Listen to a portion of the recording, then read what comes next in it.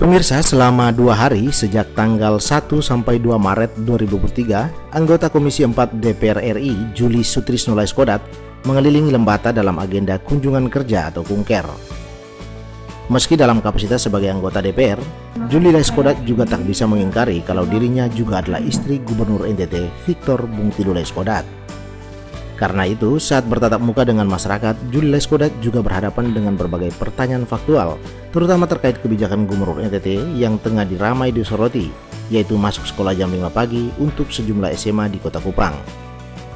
Nah, berikut jawaban Juli Laiskodat saat berkunjung ke LSM Barakat di Lewalewa Timur Rabu malam 1 Maret 2023. Jadi jam 5 pagi ini adalah bukan wacana semestinya, karena sudah tereksekusi di Kota Kupang. Tetapi dengar dulu, ya toh, maksud dan tujuannya dulu. Oke?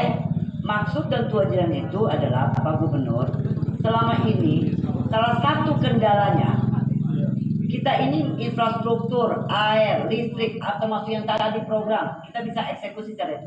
Tapi yang paling penting satu adalah sumber daya manusia. Sumber daya manusia dengan stuntingnya tadi dengan gizi buruk, kita tertinggal sangat jauh sekali kalau dibandingin dengan orang. Oke? Kenapa selama udah 60 tahun baru ada 001? Padahal ada 000 yang lain semestinya. Termasuk dari Lembata. Oke? Berarti pendidikan kita ini, oke, secara karena kita punya keadaan kondisi stunting, gizi buruk dan segala, ini kan sekarang stuntingnya sudah berkurang. Oke, dengan lumayan, ya kan? Targetnya tuh di bawah 2 digit, ya kan? Tapi kalau stunting sudah berkurang, pertanyaan saya adalah, bagaimana di input nih sebanyak-banyaknya? Oke, supaya bisa bersaing di dunia luar nanti, ya kan?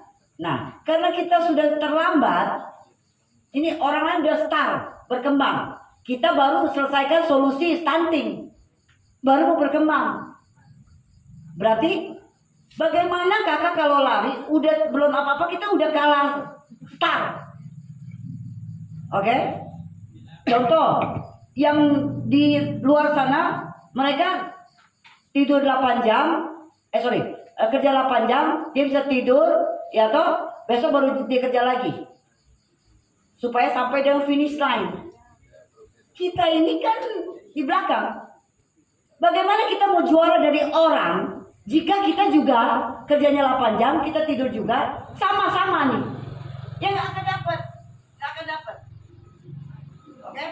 Itu adalah gambaran dari pendidikan kita. Makanya kita mesti doping. Dopingnya salah satu cara apa? Salah satu cara adalah orang sekolahnya 7 jam, kita sekolahnya mungkin 10 jam kali. Supaya kekejar. Oke? Ada kemungkinan bisa kejar berarti kan? Nah. Kedua, ya toh. Kita punya ini kan outcome-nya yang diharapkan itu adalah tentang disiplin, mendapatkan kualitas SDM yang unggul. Oke? Berarti apa? Berarti menurut setahu saya kalau saya baca Alkitab, ya kan? Di Al-Quran juga ada kayaknya kalau yang Muslim, ya kan? Itu tuh semestinya sebelum matahari terbenam, oke? Kita punya daya ini, semuanya itu udah paling maksimal pada saat itu. Bukan sampai sudah ayam berkokok siang. Itu menurut teori kesehatan tubuh, ya kan? Sehingga penyerapannya itu lagi maksimal tuh. Oke, ya kan? Ya contoh lah, kalau kita di apa missionary, seminari atau yang muslim di pesantren, mereka kan juga dari pagi, ya toh, ya kan? Dan programnya itu sebagai ibu, programnya tuh bukan seperti kayak sekarang dia jam 5 pagi datang, langsung dia masuk sekolah seperti kayak jam 7 dia punya masuk sekolah. No. Ya kan? Dia mungkin ada senamnya dulu. Ya kan? Lalu ada yang namanya pengetahuan umum. literasi. Contoh, bukannya suruh baca. Jadi nanti ada yang dari misalnya dinas pariwisata. Oke? Bidangnya itu, lu tolong dong ceramah 1 jam di anak-anak ini mengenal tentang pariwisata. Tentang kelor. Lu datang ajarin supaya anak-anak ini, ya kan, mengetahui tentang potensi yang ada di seluruh NTT. Oke? Sehingga akan outcome-nya terukur.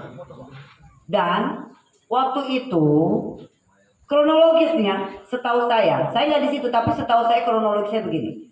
Waktu itu Pak Gubernur lagi semua pergi keliling ke dinas-dinas. Salah satu adalah dinas pendidikan. Bertemu dengan kepala-kepala sekolah. Pak Gubernur kepingin supaya menjadikan orang-orang unggul, ya kan? Bagaimana kalau seandainya kira-kira kita bikin supaya yang ini, tapi kita bikin 2 SMK, 2 SMA. Oke? Lalu kepala sekolah, siapa yang mau? Semuanya serentak bilang mau. Di Kota Kupang. Oke? Tapi Pak Gubernur bilang sudah deh, jangan omong kosong lah kasarnya. Kita pilih, kita itu dulu siapa yang benar-benar mau. Jadi adalah SMA 6, SMA 1, sama SMK-nya belum. Baru ini 2. Yang udah daftar sekarang 10 menurut Kadis. Oke? Kepala sekolahnya mau, lalu dirundinglah kepada siswa-siswa untuk dapat output. Kalau siswa mungkin nggak mau. Kayak saya, ayah saya tuh kejam sekali. Ngajar saya tuh kayak perut saya nggak tahu habis-habis. Ya kan? Mesti bangun pagi lah, mesti makan bubur lah, mesti jengkel banget. Tapi ternyata dengan ayah saya punya tanam di saya, ada hasil saya sekarang ini karena itu. Kita nggak lihat waktu itu, kita mengeluh. Tapi saya dipaksakan, ada hasil sekarang. Oke? Nah maksud saya, ini adalah kajian yang memang mau mengharapkan output. Jika ini sekolahan, jadi sekarang ini kan lagi diatur, ya kan? Contoh, nggak ada transportasi, masih subuh, ya toh? Ini mereka udah duduk bersama. Bagaimana kalau bis pemerintah dijadikan bis sekolah? Untuk kan cuma pagi doang. Kalau siang kan bisa pulang sendiri, kan gitu, ya toh? Lalu bagaimana keamanan? Karena kan sebagian mungkin jalan kaki. Forkompimda udah duduk bersama, ya kan seperti itu. Jadi kakak di Lembata belum sampai Lembata. Ini masih diuji petik untuk mendapatkan outcome itu. Tapi jika itu barang berhasil, kakak mau nggak kakak punya anak menjadi sukses dan menjadi unggulan? Kan itu aja pertanyaannya nanti. Ya toh?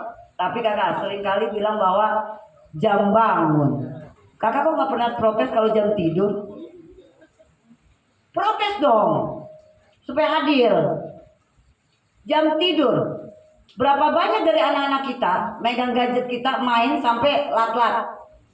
Kalau dia bangun pagi kita paksakan jam 5, berarti kan dia mesti tidur jam 8 misalnya. Kita paksakan itu. Contoh kayak Pak Gubernur. Dulu itu kalau di Jakarta, dia tidur itu gak pernah yang namanya di atas jam 2, di bawah jam 12. Tapi sejak jadi gubernur, karena mesti disiplin, masuk kantor jam 7, ya kan? Sebelumnya 10 sekarang dia suka ngantuk. Ya kan? Makanya maksud saya, ini ada kajian dan maksud tujuan. Bukan saya lagi bunyi. Selama ini kan kalian tahu, kalian punya gubernur ini out of the box. Dia melihat di belakang tembok. Yang kita baru batas saya melihat cuma di tembok. Oke? Tapi kan contoh. Mana ada ini contoh salah satu jalanan lah. Ini pro DPRD provinsi. Oke? Sampai botak juga kita. Ya kan? Pakai kalau andalkan kita punya APBD. Apalagi COVID dipotong-potong terus. Coba jalanan provinsi bisa selesai nggak? Nggak selesai. Pak Gubernur pinjam. Kan resiko tinggi, mesti balikin namanya pinjam. Tapi untuk masyarakat nggak apa-apa. Kan gitu. ada sesuatu yang dia out of the box, kalian protes. Ya kan? Maksud saya, jalanin dulu saja.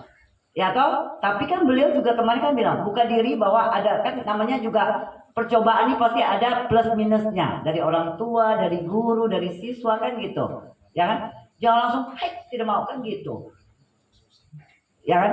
Kalau dengan karakter tidak mau begitu, dia mau ngomong yang lain, saya tidak mau bantu dan saya tidak mau urusan dengan kalian. Kan gitu saja. Tidak, saya dengan nanti yang bisa saya bisa, yang enggak. Tapi saya masukannya gini kayak tadi Bambu. Kalau mau bikin problem jangan.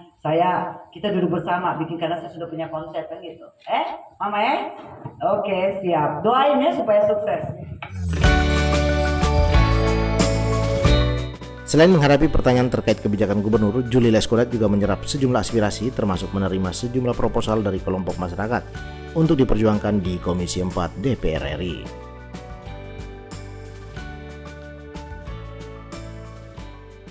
Dari Lembata, Brointolok, Legan TV.